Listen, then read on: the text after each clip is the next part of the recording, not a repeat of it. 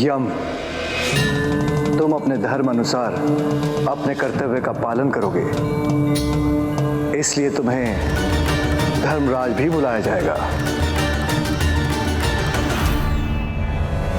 देव संज्ञा का सूर्य देव से विलग होना मेरी ही लीला थी कि सूर्य देव अपनी समस्या लेकर देव शिल्पी विश्वकर्मा के पास जाएं और यम का धर्मराज बनने का मार्ग प्रशस्त कर सके। इस प्रकार मैंने अपने देवी भैरवी स्वरूप में यमलोक का सृजन किया।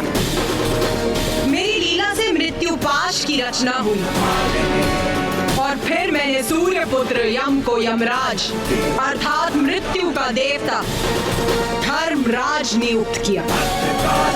उचित है माता, किंतु ये भी बताइए ना कि आपके भैरवी स्वरूप में पिताश्री किस रूप में आपके साथ रहते हैं? काल भैरव।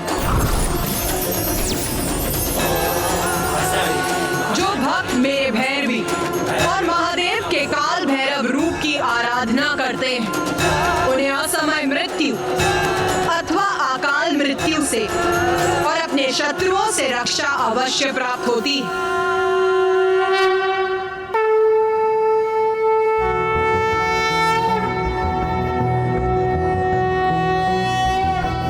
उद्दभानुसहस्रकान्तिं ऋणक्षौमां शिरोमालिकां रक्तालिप्तपयोधरां जपपटिं विद्यां भीतिं वरं हस्ताब्जैर्धतिं त्रिनेत्रविलसद्वक्त्रारविन्दश्रियं देवीं बद्धिमांशुं रत्नमुकुटां वन्दे समन्विस्मिताम्।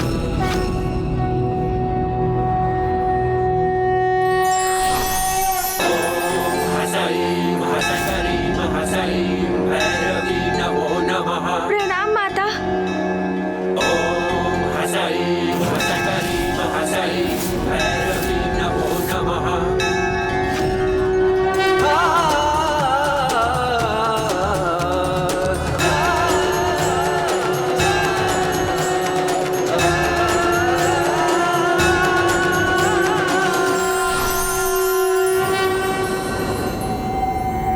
यम के अपने पद और दायित्व संभालने के बाद मनुष्य जन्म लेने के पश्चात अपनी आयु के अनुसार बालक, युवा और वृद्ध होने लगे और आयु समाप्त होने पर मृत्यु को प्राप्त करने लगे। संसार चक्र नियमित और सुचारू रूप से चलने लगा और अब ये विधान बन चुका था कि जो जन्म लेगा उसकी मृत्यु अवश्य होगी। किंतु मैं इस जीवन और मरण के चक्र में अपवाद बना।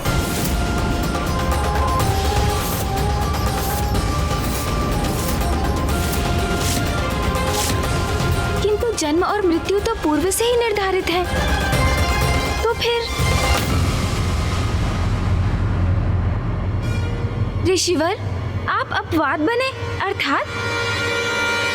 मार्कंडे ही एकमात्र ऐसे प्राणी हैं जिनको मृत्यु स्पर्श भी नहीं कर सकती। मृत्यु से सुरक्षित हो गए ऋषि मार्कंडे, ये कैसे संभव हुआ माता? इसके पीछे भी मेरे भक्तों की अटूट भक्ति और मेरे और महादेव की लीला की कथा है गणेश। माता, भक्तों की भक्ति की ऐसी शक्ति कि मृत्यु भी उनसे पराजित हो जाए, तब तो इस कथा का श्रवण अत्यंत सुखकर और प्रेरणादायी होगा हमारे लिए। कृपया ये कथा हमें सुनाने की कृपा कीजिए माता। हाँ माता, हम सभी ऋषि मार्कंडेय की ये कथा सुनने के लिए अति उत्सुक हैं। हमें भी ये कथा सुनाइए ना माता। उचित है, वैसे भी भक्त की कथा के बिना भगवान की कथा तो अधूरी है। तो सुनो, मैंने देवी पार्वती के रूप में कठिन साधना कर महादेव का सानिध्य प्राप्त किया। उसी समयावधि में ऋषि भृगु के पुत्र ऋषि मृकेंडु का भी जन्म हुआ था, जो अत्यंत तेजस्वी थे। ऋषि मृकेंडु की पत्नी देवी मौर्गमती विवाह उपरांत अनेकों वर्षों तक संतान सुख से वंचित होने के कारण ऋषि मृकेंडु और देवी मौडमती संतान रहित होने की पीड़ा से ग्रसित थे।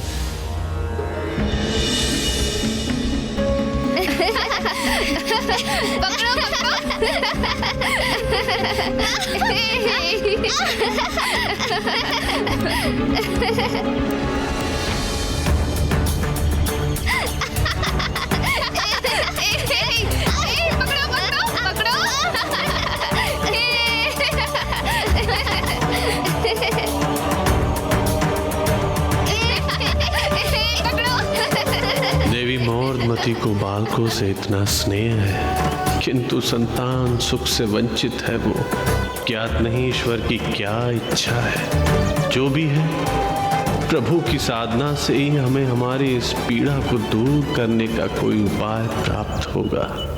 ऋषि मृकेंडु की पत्नी देवी मौडमती को भी प्रभु में उतनी ही आस्था थी जितनी कि उनके पति को। तो उन्होंने भी यही सुझाव दिया कि संतान सुख पाने के लिए दोनों पति पत्नी को कठोर तपस्या करनी चाहिए। फिर ऋषि मृकेंडु ने गहन वन में घोर तपस्या प्रारंभ की और वो स्वयं आश्रम में ही साधना के लिए तैयार हो गई। समय बीतता गया। समय के चक्र के अनुसार ऋतुओं में परिवर्तन होने लगा, किंतु ऋषि मृकेंडु और देवी मौडमती निरंतर तप करते रहे। उनके इस तप का प्रभाव अब प्रकृति पर भी होने लगा था। दोनों पति पत्नी ऋषि मृकेंडु और देवी मौडमती तपस्या में लीन हो गए।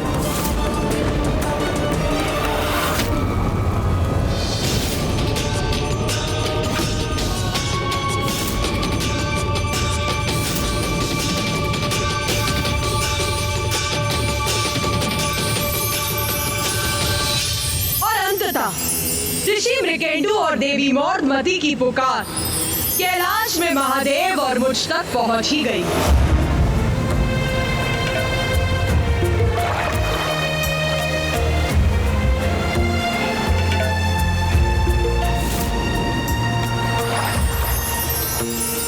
अरे, ये बेलपत्र स्वयं जल के साथ आ गया। देखो तो।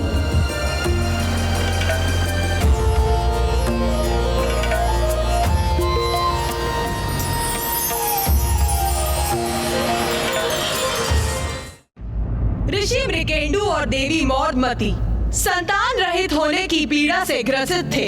ऋषि मृकेंडु की पत्नी देवी मौडमती को भी प्रभु में उतनी ही आस्था थी जितनी कि उनके पति को। तो उन्होंने भी यही सुझाव दिया कि संतान सुख पाने के लिए दोनों पति पत्नी को कठोर तपस्या करनी चाहिए। और अंततः ऋषि मृकेंडु और देवी मौडमती की पुकार कैलाश में महादेव और मुझ तक पहुंच ही गई।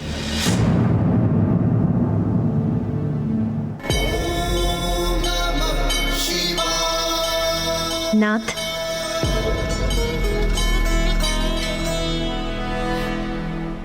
स्वामी,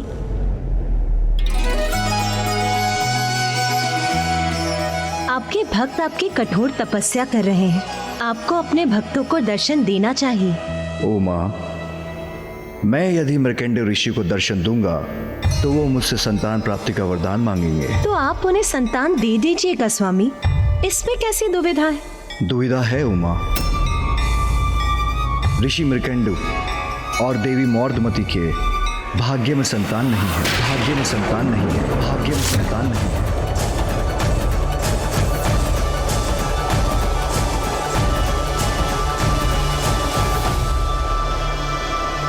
नाथ, मनुष्य तो स्वयं अपने कर्म से अपने भाग्य का निर्माण कर सकते हैं। ये सत्य है कि नियति ने ऋषि मृकेंडु को संतान सुख से वंचित रखने का निश्चय किया है, किंतु वो अपने तपस्या के बल से अपनी नियति को परिवर्तित कर नवीन भाग्य की रचना करने का प्रयत्न तो कर रहे हैं ना नाथ। उन्हें अपने इस कर्म का उचित फल तो मिलना ही चाहिए। हमें उन्हें दर्शन देना चाहिए स्वामी।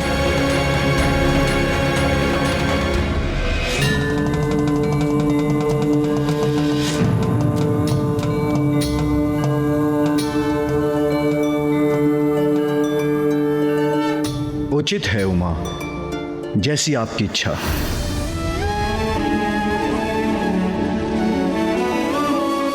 ऋषि मृकेंडु और देवी मौर्धमती को उनकी इस अटल साधना का फल अवश्य प्राप्त होगा। ओम नमः शिवाय। ओम नमः शिवाय। पुत्र मृकेंडु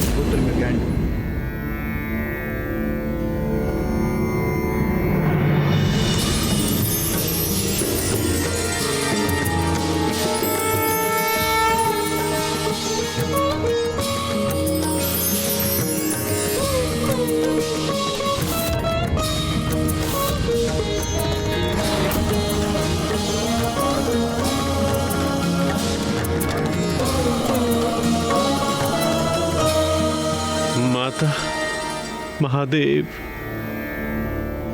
पुत्र मृकेंडु, हम तुम्हारी तपस्या से और तुम्हारी पत्नी मौर्धमती की पूजा से अत्यंत प्रसन्न हुए।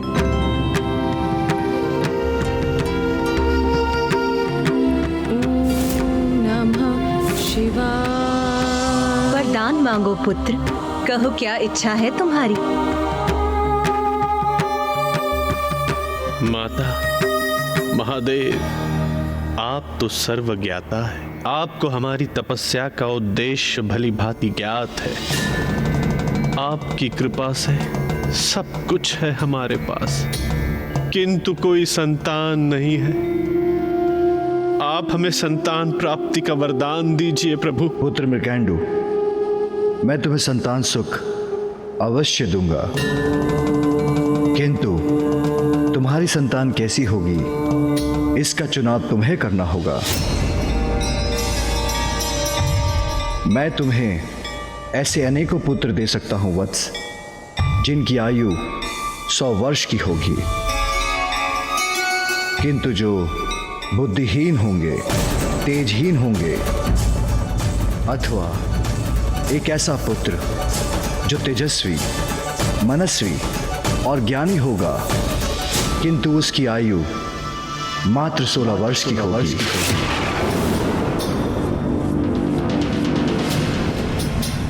अनेक पुत्र जो तेजहीन, बुद्धिहीन होंगे, अथवा मात्र एक पुत्र जिसकी आयु 16 वर्ष की होगी।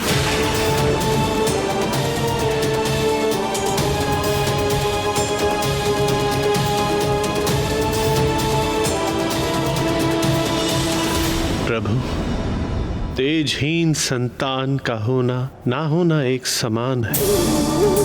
मुझे सच्चा पुत्र दें जो अपने कर्मों से अपने कुल को प्रतिष्ठा दे सके। मुझे तेजस्वी पुत्र प्रदान करें प्रभु।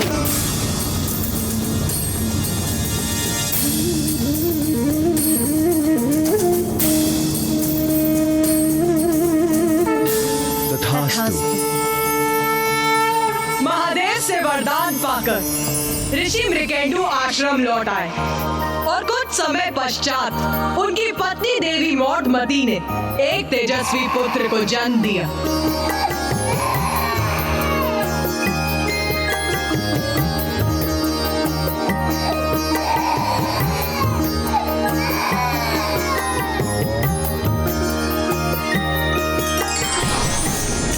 नारायण नारायण।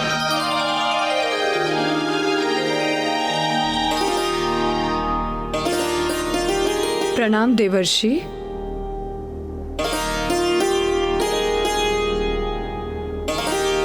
नहीं करने आया हूँ मैं कोई संवाद, मैं तो नवीन संतान के माता पिता को देने आया हूँ आशीर्वाद।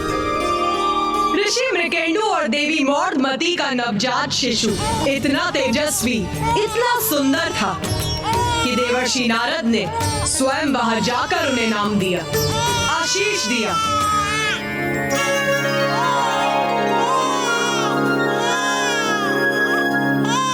अति सुंदर।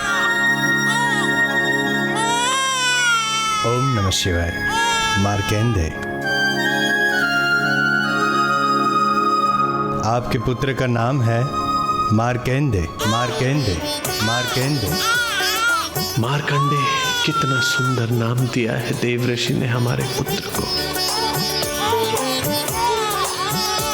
स्वयं देवर्षि का आशीष पाकर तुम धन्य हो गए पुत्र। इस प्रकार महादेव के आशीष से ऋषि मार्कंडेय का जन्म हुआ।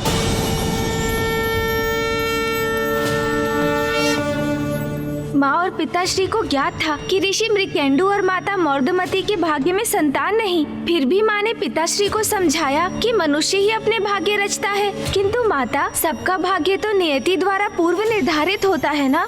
दोनों ही बातें सत्य हैं। ये भी कि मनुष्य का भाग्य पूर्व निर्धारित होता है, और ये भी कि सच्ची भक्ति, सत्कर्म और भगवान की प्रार्थना कर और अपने अथक प्रयास से मनुष्य अपनी नियति परिवर्तित कर सकता है।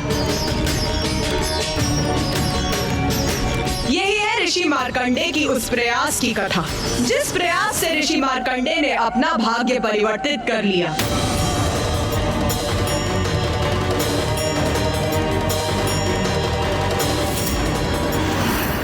दिवस बीतते गए और महादेव के वरदान के अनुसार ऋषि मार्कंडेय अत्यंत बुद्धिमान, तेजस्वी और ज्ञानी थे, और उनके माता पिता को उन पर गर्व था।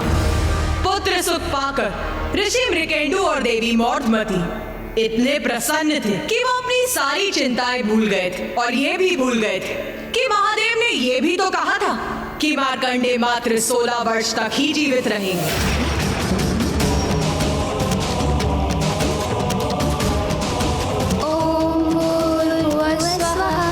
सवितुर्वरेण्यं भर्गो देवस्य धीमहि धियो यो नः प्रचोदयात्। ॐ भूर्भुवस्वः तत्सवितुर्वरेण्यं भर्गो देवस्य धीमहि यो नः प्रचोदयात्।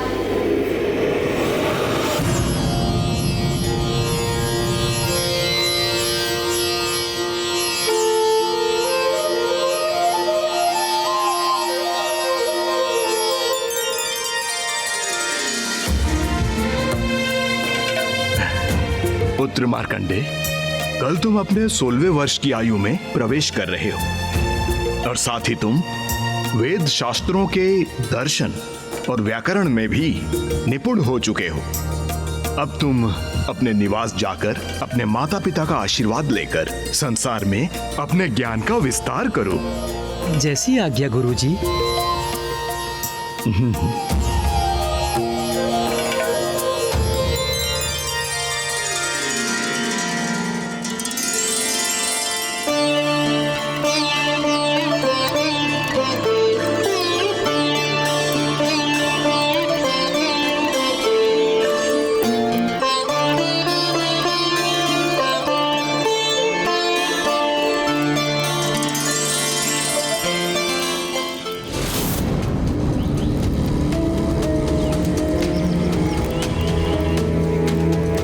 जब से मार्कंडेय ने गुरुकुल जाना आरंभ किया है, आप प्रतिदिन द्वार पर खड़े रहकर उसकी आतुरता से प्रतीक्षा करते हैं। मेरा तो मन ही नहीं मानता, स्वयं को नहीं रोक पाता हूं मैं।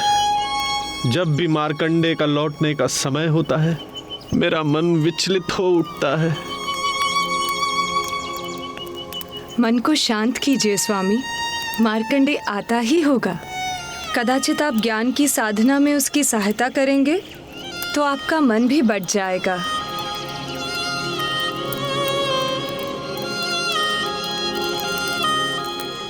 चलिए देवी, पुत्र की प्रतीक्षा में हम आपकी सहायता कर देते हैं।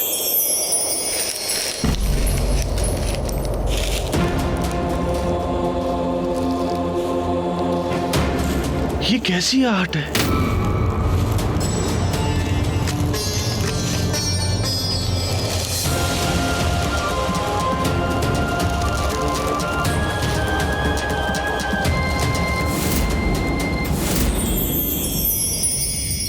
देवर्षि, आप आइए। देवर्षि आइए।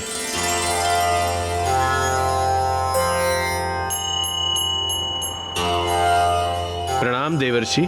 प्रणाम देवर्षि। आपके भाव देखकर ऐसा हो रहा है प्रतीत कि आपको किसी अन्य अतिथि विशेष की थी प्रतीक्षा, मेरे आगमन की नहीं थी अपेक्षा। क्षमा कीजिएगा देवर्षि। देवर्षि, हम अपने पुत्र मार्कंडे की प्रतीक्षा प्रतिदिन इसी प्रकार करते हैं। जैसे ही उसका गुरुकुल से लौटने का समय होता है, स्वामी द्वार पर खड़े रहकर और मैं उसके लिए स्वादिष्ट भोजन बनाकर। पुत्र मार्कंडे के बिना हमारी कुटिया जो सुनी हो जाती है, हमारे प्रत्येक दिवस का मुख्य भाग उसका लौटना ही होता है देवऋषि। किंतु आप दोनों को इस सूनेपन का अभ्यस्त हो जाना चाहिए।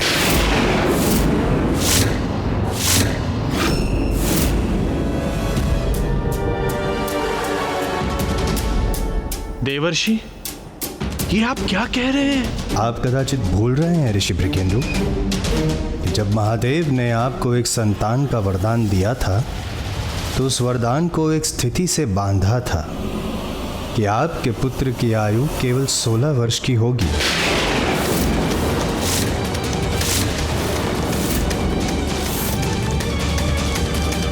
मैं तुम्हें ऐसे अनेकों पुत्र दे सकता हूं वत्स, जिनकी आयु 100 वर्ष की होगी, किंतु जो बुद्धिहीन होंगे, तेजहीन होंगे, अथवा एक ऐसा पुत्र जो तेजस्वी, मनस्वी और ज्ञानी होगा, किंतु उसकी आयु मात्र 16 वर्ष की होगी। और यदि मैं कोई भूल नहीं कर रहा हूं तो कल आपके पुत्र की आयु 16 वर्ष की हो जाएगी। नहीं,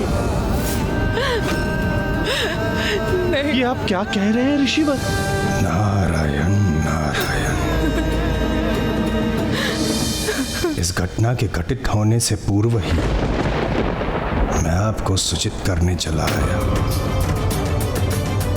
आयु पूर्ण होना तो विधि का विधान है। आप दोनों इसे ईश्वर की इच्छा समझकर अपने हृदय को सांत्वना दे दीजिए।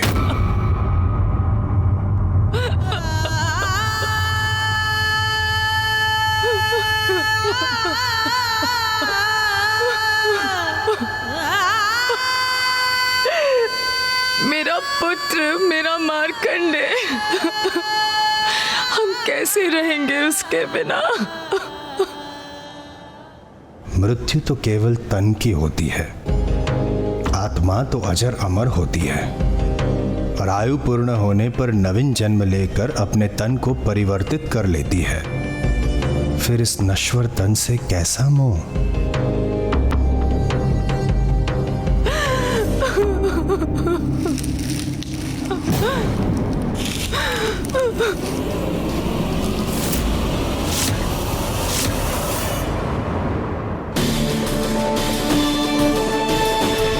देवर्षि की कही बातों को द्वार पर खड़े मार्कंडे भी सुन चुके थे।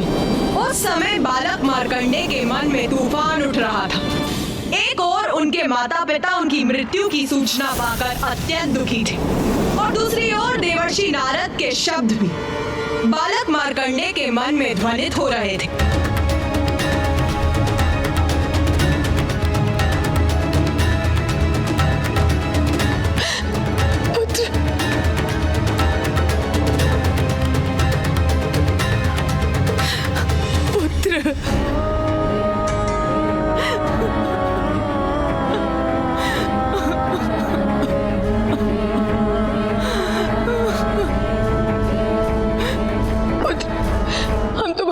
कैसे रहेंगे पुत्र?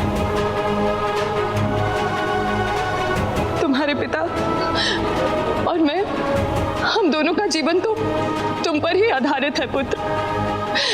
हम तुम्हारे बिना कैसे रहेंगे? हम कैसे रहेंगे?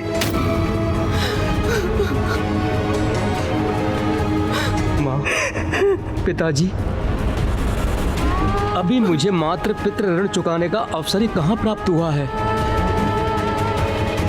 मैं आप दोनों को ये वचन देता हूँ कि मैं मृत्यु पर विजय प्राप्त करके ही रहूंगा।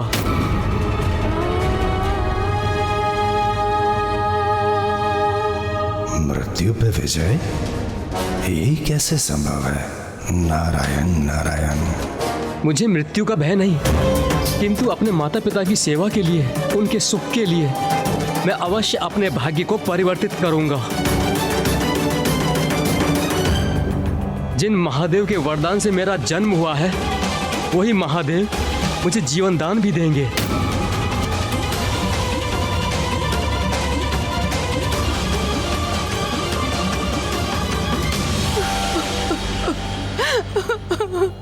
पुत्र,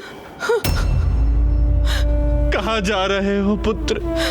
महादेव की पूजा करने।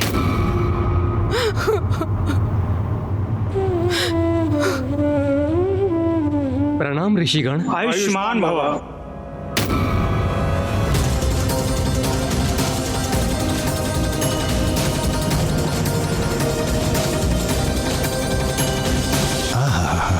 कितने उत्तम संस्कार हैं। सबका आदर कर सभी को प्रणाम करना। दूसरों का आशीर्वाद कभी व्यर्थ नहीं होता। कदाचित सभी का आशीर्वाद पाकर मार्कंडेय की मृत्यु टल जाए। नारायण नारायण। जो भी हो, अपने माता पिता को निराश नहीं होने दूंगा मैं।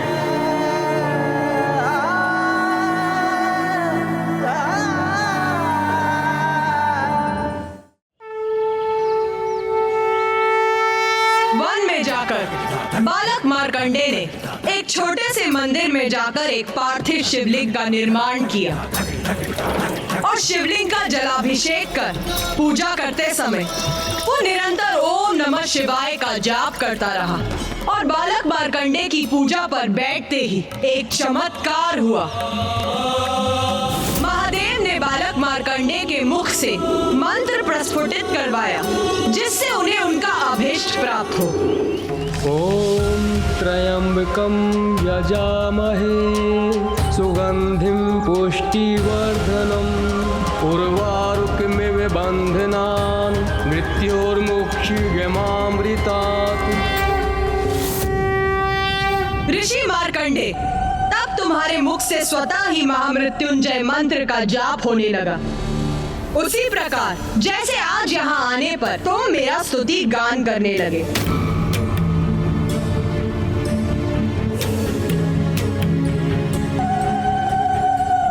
माता, ये महामृत्युंजय जाप क्या होता है और क्या है इसका अर्थ?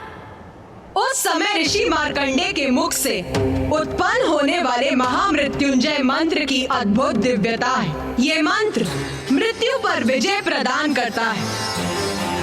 इसका अर्थ है जो त्रिनेत्रों वाले त्र्यंबकम है, जिनकी हम पूजा करते हैं, जिनका प्रभाव मीठी सुगंध के समान है, जो हम सभी का पोषण करते हैं, जो हमारे जीवन को सुख, समृद्धि और स्वास्थ्य प्रदान करते हैं, वो ही हमें मृत्यु से मुक्ति दे, मोक्ष दे। माता, संसार का प्रत्येक आविष्कार आप ही की कृपा से हुआ है। बस उसका कोई ना कोई माध्यम मात्र बना है। संसार के समक्ष उस श्रेय का पात्र तो माध्यम बनता है, किंतु वास्तव में तो संपूर्ण श्रेय आपका ही है माता। किंतु मेरी इच्छा की पूर्ति का माध्यम प्रत्येक व्यक्ति नहीं बन सकता मार्कंडेय। उसके लिए भी तो सुपात्र की आवश्यकता है। माता, आप माध्यम हेतु सुपात्र का चयन कैसे करती हैं? जो मन वचन कर्म से शुद्ध होता है, जिसमें भक्ति के प्रति आत्मविश्वास होता है, वही मेरा माध्यम बनता है। मृत्यु निकट होने पर भी निर्भय रहकर जो आत्मविश्वास मार्कंडेय ने दर्शाया है, उसी से उसने अपने सुपात्र होने का परिचय दिया। फिर क्या हुआ माता? महाकाली सब कुछ भूलकर संपूर्ण रात्रि मार्कंडेय जाप करता रहा। ओम त्र्यंबकं यजामहे सुगंधिं पुष्टिवर्धनम् उर्वारुकमिव बन्धनान् मृत्योर्मुक्षीयमामृतात्। ओम त्र्यंबकं यजामहे सुगंधिं पुष्टिवर्धनम् उर्वारुकमिव बन्धनामृता। वो रात्रि मार्कंडे की अंतिम रात्रि थी। जब अगले दिवस सूर्य उदय हुआ तो मार्कंडे की आयु 16 वर्ष की हो चुकी थी। पुष्टिवर्धनम् उर्वारुकमिव बन्धनात् मृत्युर्मुक्षीयमामृता। ये कैसा दुर्भाग्य है हमारा। हमारे पुत्र के 16वें वर्ष में प्रवेश करने का उत्सव मनाने के स्थान पर हम उसे लेकर आतंकित हो रहे हैं।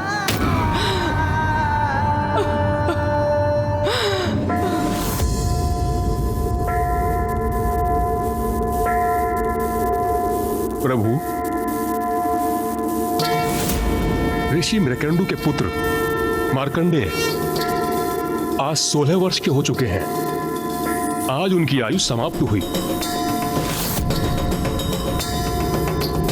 जाओ, ऋषि मृकेंडु पुत्र मार्कंडे के प्राण लेकर आओ। जो आज्ञा महाराज।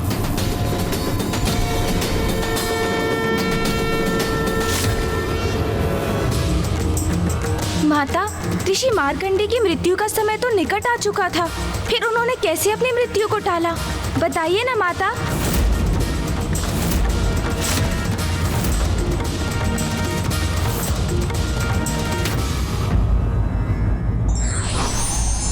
माता पिता का स्थान सर्वोच्च होता है।